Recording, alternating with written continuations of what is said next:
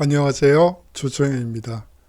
4월 26일 월요일 정치변호교사 시작하도록 하겠습니다. 오늘은요, 이 영국의 선거법 개정을 살펴보도록 하겠습니다. 두 수일간에 걸쳐서 수요일날 강의까지 이 선거법 개정을 살펴보도록 하죠. 먼저 이제 1830년대에 이 처음 경험하게 되는 이 불황이 시작되게 됩니다. 산업혁명 이후 처음 있었던 불황이었죠. 그 여파로 노동자들이 참정권을 요구하게 됩니다. 제1차 선거법 개정까지 살펴보도록 하겠습니다. 물론 2차, 3차, 4차, 5차까지 1928년까지 계속해서 선거법 개정이 이루어지는데요. 제1차 선거법 개정까지만 살펴보고 수요일날 2, 3, 4, 5차까지 연이어서 살펴보도록 하겠습니다. 먼저 이 러다이트 운동에 대해서 살펴보고요. 우리가 보통 기계 파괴 운동이라고 하죠. 그 다음에 피터루 사건에 대해서 살펴보도록 하겠습니다. 마지막으로 노동자 보호 입법과 제1차 이제 선거법 개정까지 살펴보도록 하죠.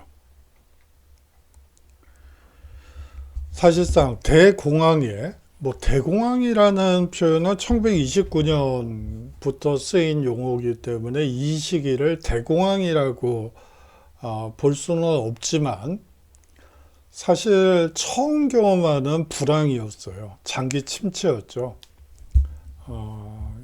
그렇기 때문에 이 처음 경험해보지도 못했던 공황에 이 노동자들은 당황할 수밖에 없었죠.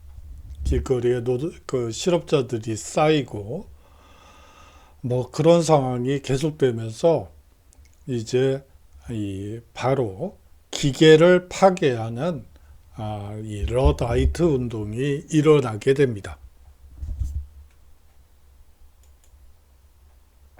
나폴레옹 전쟁 후에 간신히 사회 안정이 되는가 싶더니 흉년이 들면서 밀값이 폭등하게 됩니다. 노동자들은 생활비 때문에 이 고초를 겪고 항의 시위를 하게 되죠.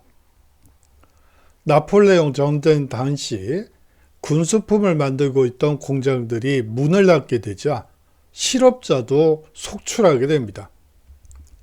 군수 공장이 이제 전쟁이 끝났으니까 이제 사실상 민수 공장으로 바뀌어야지 되는데 이게 바뀌지 않은 상태에서 이 문을 닫게 되자 이제 실업자가 속출하게 되죠. 오랜 전쟁으로 유럽 국가들이 경제적으로 피폐해졌다는 점도 문제였습니다. 영국 제품을 구매할 능력이 없어졌기 때문이죠. 자연히 영국 노동자들은 때 임금도 낮아질 수밖에 없었습니다. 거기다가 전쟁 영웅 225만 명이 250이 아니고요. 25만 명이 실업자로 거리를 헤매게 됩니다. 산업혁명으로 기계에게 직장을 빼앗기는 상황이 이어지면서 노동자들의 불만은 극에 달하게 되죠. 이로써 영국은 세계에서 최초로 대공황의 시련을 겪게 됩니다.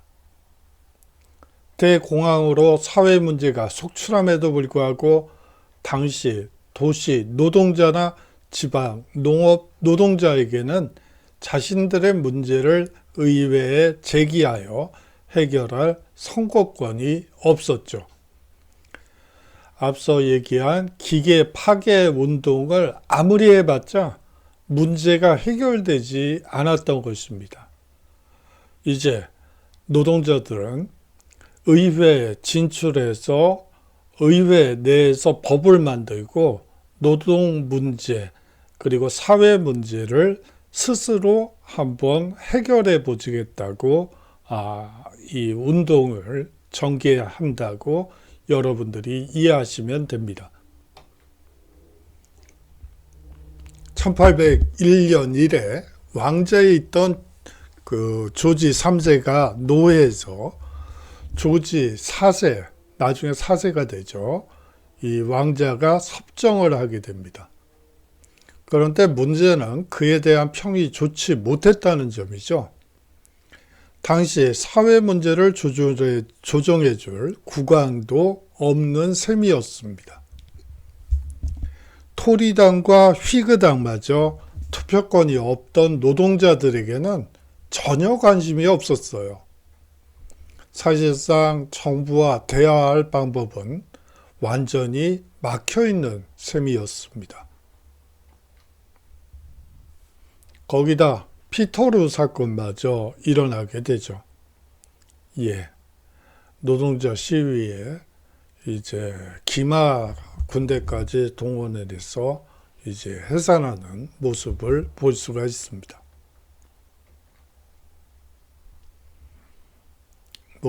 비슷한 사진인데 한 장 더 가져와 봤어요. 1819년 피터루 사건이 발생하게 됩니다. 당시의 의회 제도를 비판하면서 5만여 명의 노동자가 맨체스터 공업지역을 대표할 사람들을 임의로 뽑아 의회에 보내겠다며 이 맨체스터 부근 성 피터 광장에 모인 것이죠. 이것은 당시에 부패 선거구 때문에 벌어진 일이었습니다. 맨체스터는 예전에 농업을 하는 지역이었기 때문에 인구가 몇 명 안 됐어요. 그러다가 이제 산업혁명이 일어나면서 100만이 넘는 대도시로 발전하게 되죠. 그런데 국회의원의 수는 한 1000명 규모의 맨체스터 때나 100만이 넘는 맨체스터나 똑같이 1인밖에, 1명밖에 국회의원 선출이 되지 않습니다. 100만 명의 1명의 국회의원을 뽑은 것이죠. 거기에 비해서 지방에 있는 작은 농업 선거구들은 이제 인구가 산업도시로 몰리게 되면서 인구가 급감하게 되죠.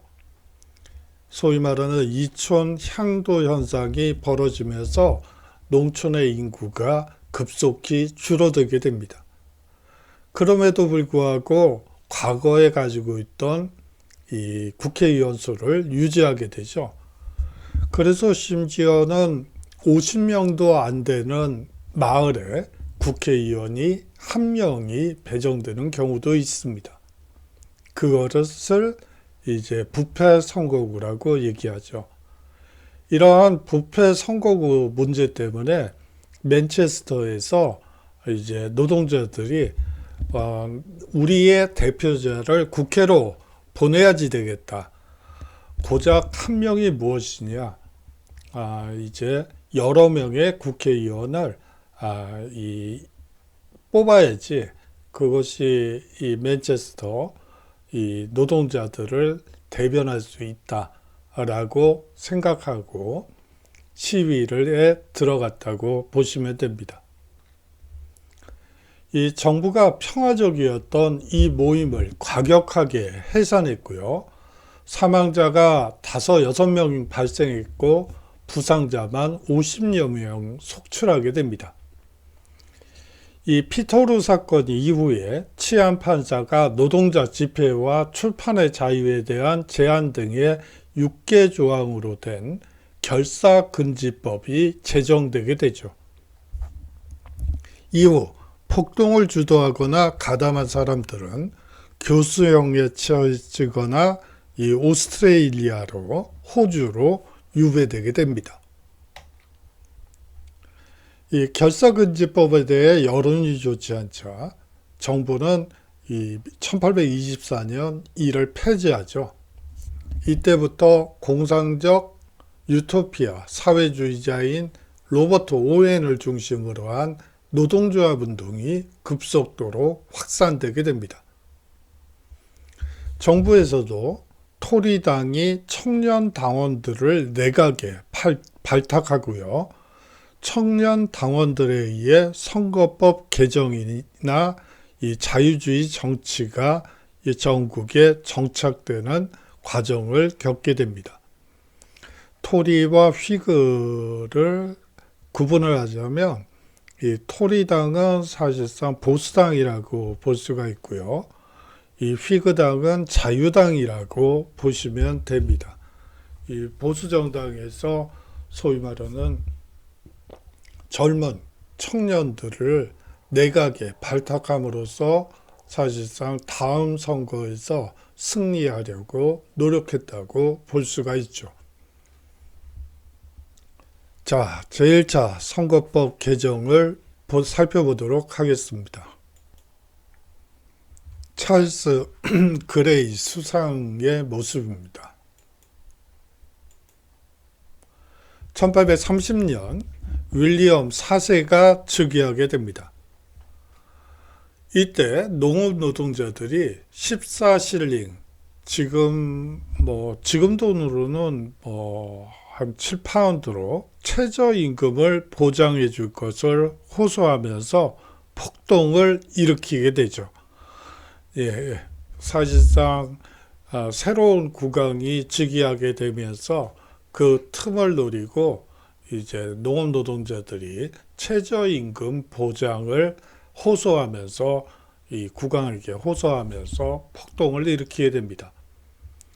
정부는 일단 소요 단속법을 내세우며 이 폭동이 불법이라 규정하고 이들을 진압했죠. 사회 일각에서는 이러한 노동자들의 권익을 보호해 줄 어떤 조처가 필요하다는 인식이 커지기 시작합니다. 이때부터요. 14세기 이후 제정된 선거구, 40실링 이상의 수입이 있는 농민들에게만 선거권을 부여한 이 14세기 이후 제정된 선거구가 산업혁명을 계기로 많은 사람들이 농촌을 떠나 도시로 이주하면서 제 역할을 못하고 늘어만 갔습니다. 이러한 유명무실한 선거구 대신에 도시 노동자들에게 선거권을 주는 새로운 선거법을 생각하게 된 것이죠. 이를 주도한 사람은 휘그 당원이면서 토리당의 개혁파와 맥을 같이 하고 있던 그레이 수상이었습니다. 그레이가 선거법 개정안에 대해서 언급하자 기존 선거구 성업 소유자들이 반발하게 되죠. 거기 이 대부분의 이 부패 선거구가 있는 이 기존 선거구의 성업 소유자들은 대부분 이 평생 국회의원이라고 보시면 돼요. 대부분 성업 소유자들이 이 후보자로 나와서 대부분 그 국회의원이 되죠. 그렇지만 도시의 중산계층인 상인, 은행가, 자유직업인들은 이를 대단히 환영하게 됩니다. 의회에 중요 도시에 배정할 선거법 개정안을 그레이 수상이 상정하게 되죠. 하원에서 한 표 차이로 과반수가 넘어 통과는 됐지만 사실상 한 표 차이로 그 과반수를 넘었다고 해서 대부분의 사람들이 동의한 건 아니죠. 국회의원들 대부분이. 이에 하원을 해산한 뒤 총선거를 실시하고 의회를 휘그 다수당 중심으로 다시 정비한 후에 하원의 개정안을 다시 올려 이 법안이 의원의 안정수를 얻어 통과되게 됩니다. 문제는 상원 통과가 문제였죠. 이 그레이는 내각해산이라는 배수의 진을 치고 국왕에게 사임장을, 내각해산장을 보내게 됩니다. 왕이 이 그레이를 수상에 다시 임명하게 되죠. 1832년 6월 4일 이 법이 상원의회에서도 통과되게 됩니다. 국왕이 상원의원들, 자신이 임명한 상원의원들을 모두 모아놓고 그레이 수상의 그 선거법 개정안을 통과시켜 줄 것을 부탁하게 되고, 이로써 중산 도시 시민계층의 선거권이 획득되게 됩니다.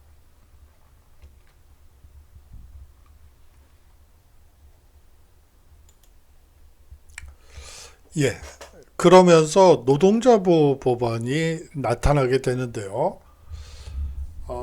이 아동 노동자들 사진을 아무리 구해봐도 해상도가 너무 나쁘더라고요. 이 시기에 사진과 그림들은요. 근데 뭐 그런대로 괜찮은 사진이 있어서 구했는데, 이거는 뭐 유럽이 아니고 미국 펜실베니아 광산에서 근무하던 이 아동 노동자들의, 미성년자 노동자들의 모습입니다. 뭐 사실상 앳된 얼굴에 드리운 이 어두운 표정에서 당시 노동의 강도를 짐작할 수 있죠. 그래요. 어린이들은 몸이 조그맣죠. 그렇기 때문에 어른들의 손이 닿지 않는 구석구석까지 파고 들어가서 이 석탄을 주워오는 일이 대부분 이들의 역할이었습니다. 이게 아동노동이 많았던 이유는 사실상 이 가족을 단위로 해서 채용이 이루어졌기 때문이라고 여러분들이 이해하시면 돼요. 이 당시에는 개인이 이 탄광에 혹은 공장에 가서 계약을 맺고 노동자가 되는 게 아니고, 대부분의 경우는 가족을 단위로 해서, 그리고 친족 단위를 중심으로 해서 이제 팀을 이루어서 계약을 맺는 그러한 체계라고 이해하시면 되죠. 더더욱이나 이제 임금 체계도 아빠는 그 가부장은 100%를 받는다면, 이 가족의 일원이었던 아녀자들은, 부인들은, 죄송합니다. 이 부인들은 이제 50%, 남편의 50%만 밖에 임금을 받지는 않아요. 못해요. 여기에는 이 아동들은요, 남성의 4분의 1 정도라고 보시면 됩니다. 결국 가장이 죽는다는 것은 이 시기엔 아주 최악이죠. 사실상 이 부인하고 애들들 넷이 한꺼번에 달려들어서 일을 해도 그 남편이 받은 임금이 될까 말까 한 정도라고 이해하시면 됩니다. 이 시기엔 16시간 노동제라고 보시면 돼요. 여하튼 우리가 상상하는 이상으로 가혹한, 그리고 그런 노동이 계속됐다고 볼 수가 있겠죠. 이러한 노동자들에 대한 보호입법이 이제 나타나게 됩니다. 1833년 공장법이 개정되고요. 18세 미만 노동자들에 대해 18세 미만 아동에 대해서는 노동이 금지되게 됩니다. 아울러서 처음으로 공장 감독관이 임명되고요. 1842년에는 여자와 이제 부인들과 10세 미만 광산 노동이 금지되게 됩니다. 1844년에는 10시간 노동제가 정착되게 되고요. 그 전에는 12시간 노동조였는데 이제 2시간 단축이 됩니다. 1850년에는요, 잉글리시 위크라고 해서 토요일은 반휴일, 일요일은 휴일제가 처음으로 도입되게 됩니다. 제가 고등학교 다닐 때까지도 토요일 날 이제 학교를 갔어야지 됐어요. 언제부터 토요일 날 학교를 안 가도 그게 언제였는지 기억이 안 나네요. 그런데 여하튼 제가 어렸을 때는 학교에 토요일 날 한 12시에 끝났죠. 뭐 그것도 기억이 나네요. 사실상 잉글리시 위크의 영향으로 이제 토요일은 반휴일 그리고 일요일은 휴일제가 도입되게 됩니다. 이 1824년 노동조합 결성이 합법화된 후에 1865년에 조합원 수가 3만 6천 명에 달하게 되죠. 오늘은요, 세계 최초의 공항이 노동자들에게 미친 영향을 간단히 서술해 보시는 과제를 드릴까 했는데 과제는 다음 주에 수요일 날 강의에서 한 내용까지 묶어서 여러분들께 드리도록 할게요.